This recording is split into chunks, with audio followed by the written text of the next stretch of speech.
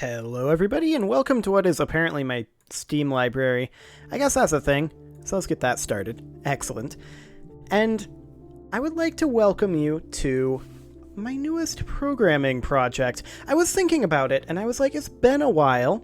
I had Operation Logistics. I've kind of abandoned it. We don't like to talk about that. It's not a thing. So, yeah, that has happened. But I've been working on a project for a while now, and I mean, I'm planning on re-implementing substantial portions of it, and I was planning on doing that anyway.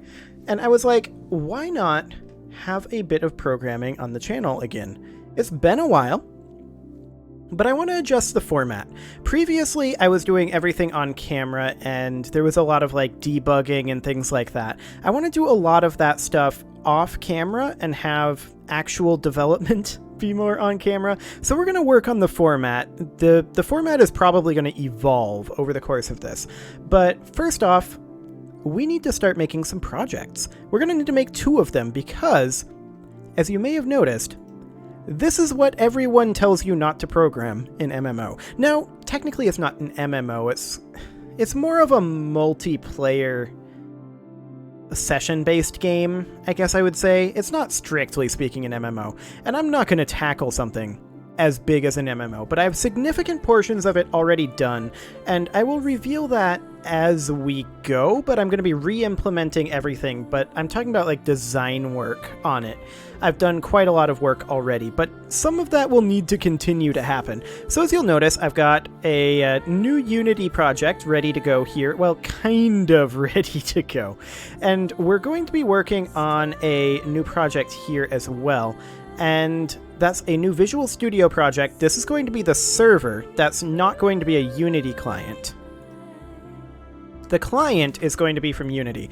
And we're going to be using some techniques that I have found on the internet. I don't claim to be an expert network engineer. I don't claim to be an expert at cryptography. If you implement these things in the same way I do, don't be surprised if you have some issues. I don't necessarily recommend the systems that I'm using, and I also don't necessarily not recommend them.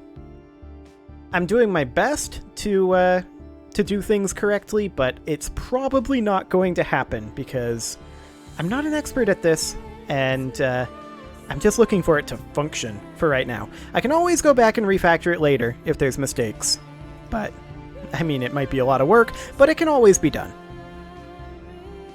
So, first things first, we're going to need to get started with a new Unity project, and we are going to call this... I have so many of these. What am I going to call this one? Actually, let me just check my folder here and see what I have available for names. Okay, I guess we'll just call this Channel MMO, because that's definitely not something that's already taken in my projects folder.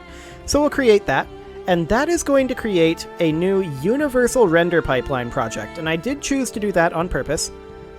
We're going to be using the Universal Render Pipeline. I haven't done a ton with it, but it should be interesting. We're also going to create our server project here, and this is going to be a Windows... What does this stand for? I forget. Windows Presentation Framework. That's what it stands for. This is going to be a .NET Core Windows Presentation Framework app so that we can utilize some of the fancier bits of UI design. And I didn't want to use WinForms because I've done that in the past, and I was like, pass. So we're going to name this Channel MMO Server. There we go. And we are going to create that. Fantastic. So off we go. And it's decided to put Visual Studio on my other monitor. That is fine. So this is our program. Let's run it. I didn't need to use the drop-down, but that's fine. Bam. Excellent. Perfect. So here we have an empty window. That is ideal. And it's somehow using 93 megs of RAM. That is impressive, Windows. Okay, actually, technically it's using about 84 megs of RAM. Even so, that's very impressive. Where is it all going? Who can even tell. For right now, we're going to mostly ignore this bit, and this is all largely black magic that I'm going to try not to touch too much. And we're going to pretty much immediately create ourselves a new folder here. So we're going to add a folder, and I'm going to call this netcode. We're going to be custom writing this, well, not really custom writing this netcode. We're going to be relying on some built-in libraries, system.net.sockets in particular. And so we're just going to add in a new item. This is going to be a class, and we are simply going to call this server. Excellent. So here we have our server class, and I'm actually going to bump up the size here so that this shows up slightly better on YouTube. 150%? Is that too big? That might be a little too big. Let's think about maybe 125. That should be fine. Excellent. Okay, so first things first. We are going to need quite a few things, and is Unity done loading? Yes, it is.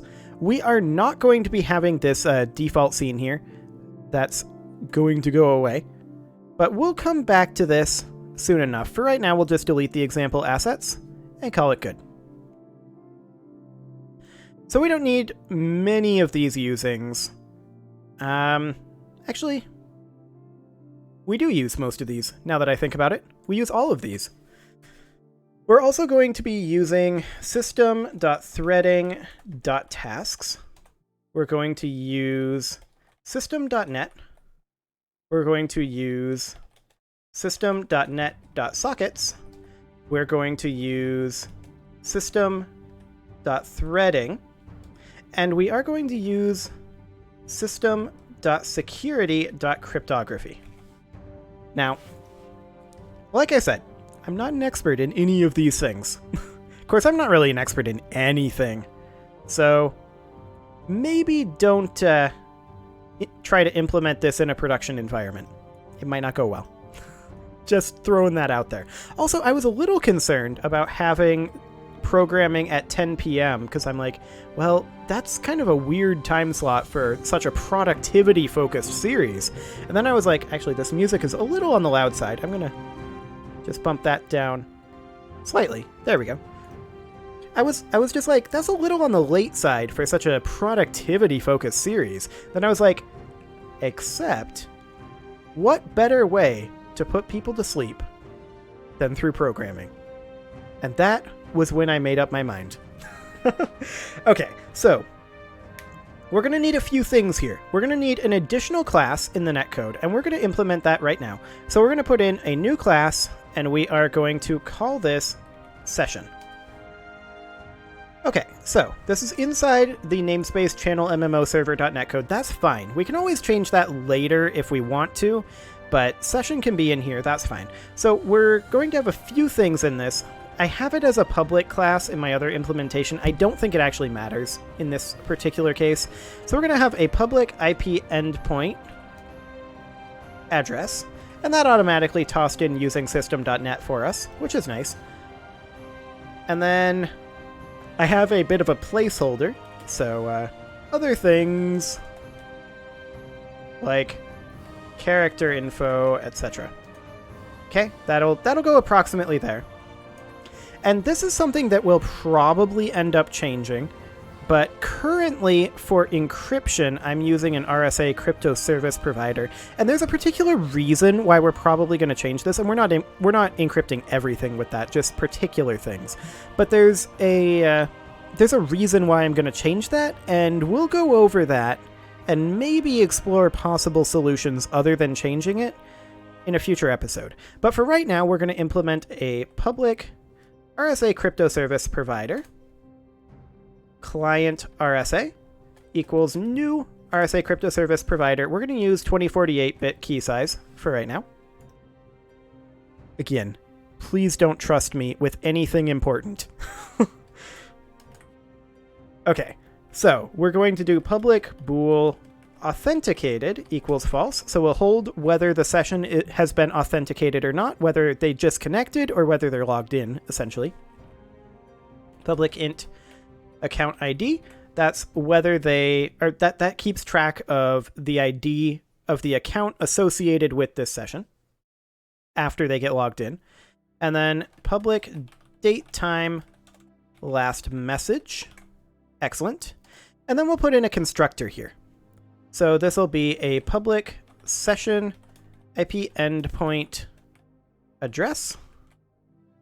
And then this is going to be address equals address. And actually, I'm going to, I had it capitalized in the other one, but this is going to be address. And we'll just disambiguate it with this dot address. Excellent. So that's our session done. Fantastic. So in the server, we're actually going to need a few other things. Now that I think about it, other than just the server, we're going to need to create a new item. This is going to be a new class, and we are going to call this simply UDP. Okay. So we're going to have two things in this particular one. We're going to do public struct received. There we go. And this struct is going to contain a few things. And I'm not sure about using a struct here. I might change it to a class later on. It kind of doesn't matter for this purpose, but to be more correct, we might want to have it be a class later. Public IP endpoint. Of course, we're going to need system.net if we're going to use IP endpoint. Sender. Public string message. Not sure why these are capitalized. I am going to not do that. These are fields, not properties. There we go. Public byte. Nope. Typoed it. There we go. Public byte raw message. Okay, there we go. So this is not going to be called class UDP. This is instead going to be an abstract class, and we are going to have this be the UDP base. There we go. Excellent. And in case you're wondering, no, I didn't come up with all of these bits myself. This is straight, if I recall correctly, from the Microsoft documentation for C#. Or at least a lot of this is. Some of it I have modified, and I'm just using it as a starting point, and we are going to just slowly over time tweak this until it's what we actually need it to be. So for the UDP base, we're mostly just going to leave this alone. It's just got a couple things. It's got a protected UDP client. There we go. It's got a constructor. So protected UDP base client with a lowercase c equals new UDP client. There we go. Excellent. And then down here, it has one method. Public async task. And this is of type received. Listen. Okay. There we go. Now, are we not using task? Yeah, we're not using system.threading.tasks. There we go. We need that in order to actually have this. And of course, it doesn't return anything right now, so we're getting an error. But we're just going to simply use var result equals await client.receive async. And technically, this is a method. There we go. And we need this not capitalized. There we go. Okay, what is this upset about? I typed away instead of await. No wonder it's upset. Oh boy, this is already going amazingly. So we are going to return a new received at that point, because all this is doing is it's awaiting a receipt from something, and then it will do something with that receipt when it returns it. So we're just going to say that, well, it's not going to do anything with it. It's just going to create a new received, and it's going to set all of the items to be equal to something. So the message is going to be equal to encoding.utf8.getString, because we are going to be encoding this into UTF-8. Result.buffer 0 result.buffer.length for our count. That is not how you spell things. Okay, there we go. Perfect. And I think we're missing a parenthesis, aren't we? Yes, we are. We are definitely missing a parenthesis. Perfect. Next up, of course, we need to say that the sender equals result.remote endpoint. What are we... Oh, this is a comma, not a semicolon. This is going so well. Raw message is then equal to the result.buffer. Fantastic. Okay, so that is the UDP base fully implemented right there. And this is... Oh, I typoed that. There we go. Fantastic. So that's the UDP base fully implemented, and we should not need to touch anything else in this unless we're making changes to the underlying structure of this that we don't currently need. So the server is going to be of the type UDP base. And that instantly gives us access to all of those things. Excellent. So we're going to need a few variables here, but I'm going to keep this a little cleaner by using some regions. And so our first region here is going to be const fields. And we're going to end that region. And what that allows us to do is it allows us to put whatever we want in here. And then we can just hit this. Fantastic. And that keeps it nice and clean. Okay, so we're going to need about 3 const fields, I think, right? Yeah, we're going to need 3 const fields. So first off, we're going to do a public const int timeout. I'm not sure that this actually needs to be public. Let's actually make it a policy that we're going to make variables private unless we run into an issue.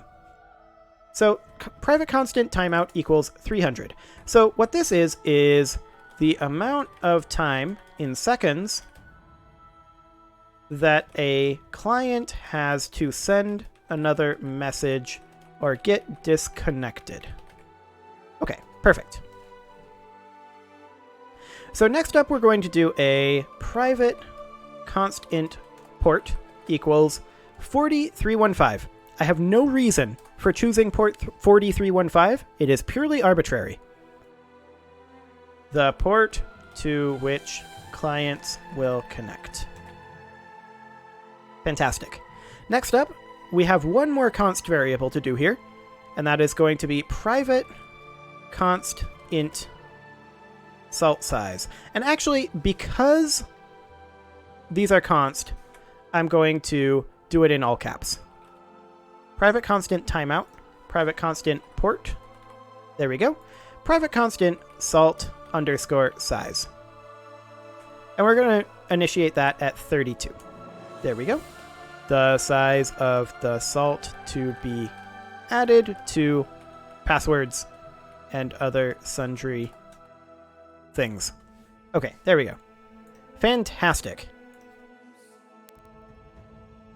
So, there's our const fields done. We don't need any other const fields here. We are going to need a few private fields. So we'll make a new region for that. And these are going to simply be a couple of things. Private dictionary. There we go. This is going to be with the key being the IP endpoint and the value being the session. Sessions equals new dictionary with the IP endpoint and session. Fantastic. We are going to need, and this is going to cause an error, so I'm actually going to comment this out for now, and we will come back to it. This is going to be a database manager. Database manager. Again, we don't have a database manager right now. We will come back to that.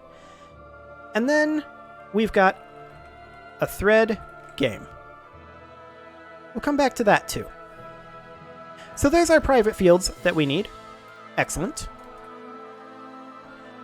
And at this point, we can now do a region constructors and region.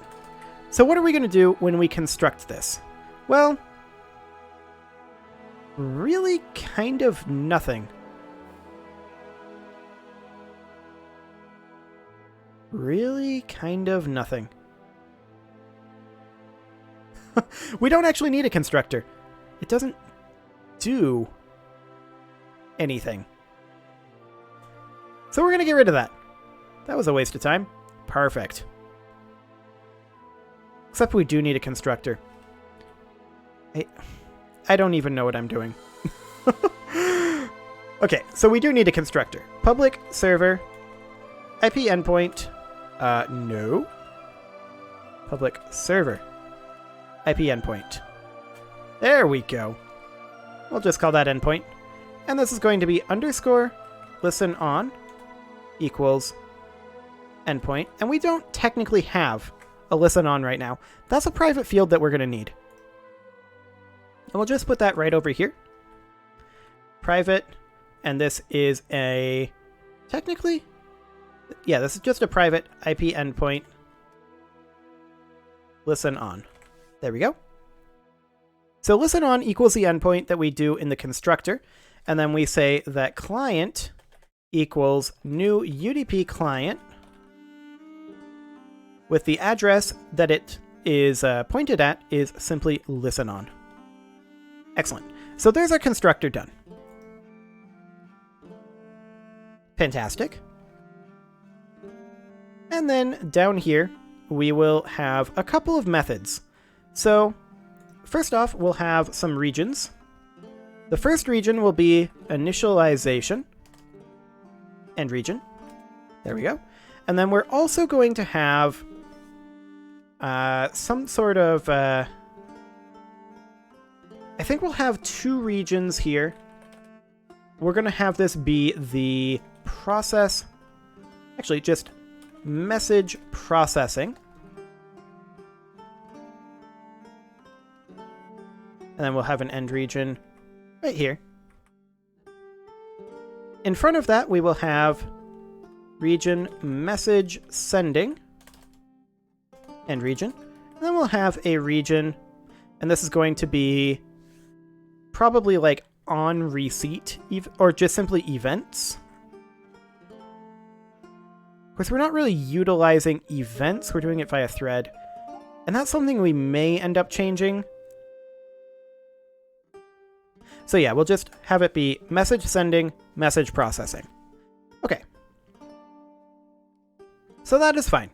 The first thing that we're going to implement here is the public, that is not how you spell public, the public void init. Excellent. And this is going to have Encryption Manager dot server RSA key, which we have not implemented yet, equals Encryption Manager dot, that's not how you spell anything, Manager dot server RSA dot to XML string false. Okay, so obviously we don't have an encryption manager, and this is still spelled wrong. There we go. So we're going to go ahead and add a new class, and this is going to be Encryption Manager.cs. Okay, and in the Encryption Manager, this is a super simple class. It barely holds anything, but this is a static class, so we don't need a reference to it. And we are going to do public static RSA crypto service provider server RSA equals new RSA crypto service provider. We're going to be using 2048-bit. And public static string server RSA key. That's all we need for the encryption manager for right now. This should be lowercase, as should that. So all this is going to do is it's going to export out the public key for the server RSA. And then we're just going to be able to access that at pretty much any time. So that will be fine. The next thing that we're going to do is we are going to do a commented out line here that is going to be database manager equals new database manager, because we're not going to get into the database management this episode. I can tell you that right now. It's simply not going to happen. Database manager is a relatively simple class, but we are going to be waiting a little bit to do that because we'll implement that next episode. The database manager doesn't really require too much, but I just want to get through this init function first. So database manager equals new database manager. We're going to have a timer And this is going to be timeout checker equals new timer. Check for timeout. And that doesn't technically need parentheses there. We're not going to pass anything for the state, and the due time is 1000, so every second, and the period also 1000. Now, obviously, check for timeout is not something that exists right now, but let's go ahead and make a new region, and we will call this client handling and region. Okay, so check for timeout would go down here, and let me just see here. Yep, that's a void. Okay, so public void check for timeout, and all we need to do here is object state. And that's it. For right now, that'll do. We'll come back to this at a later time. And with that, it is time to put a cut in here. We didn't get a whole lot done, but we made our project start. And once we get through this little bit of work on the server side here, we'll be able to get started on the client side, which is going to be interesting. And there's going to be some re-implementing happening there. And realistically, I kind of want it to all be re-implementing. I kind of want to already know what I'm doing as opposed to the last series that I did with programming. So yeah, that should be hopefully a little bit more interesting. For now though, you can leave your offerings to the engagement gods in the form of likes, comments, subscribes, and bell ringings. And I will see you all next time when we are going to work further on getting this init done.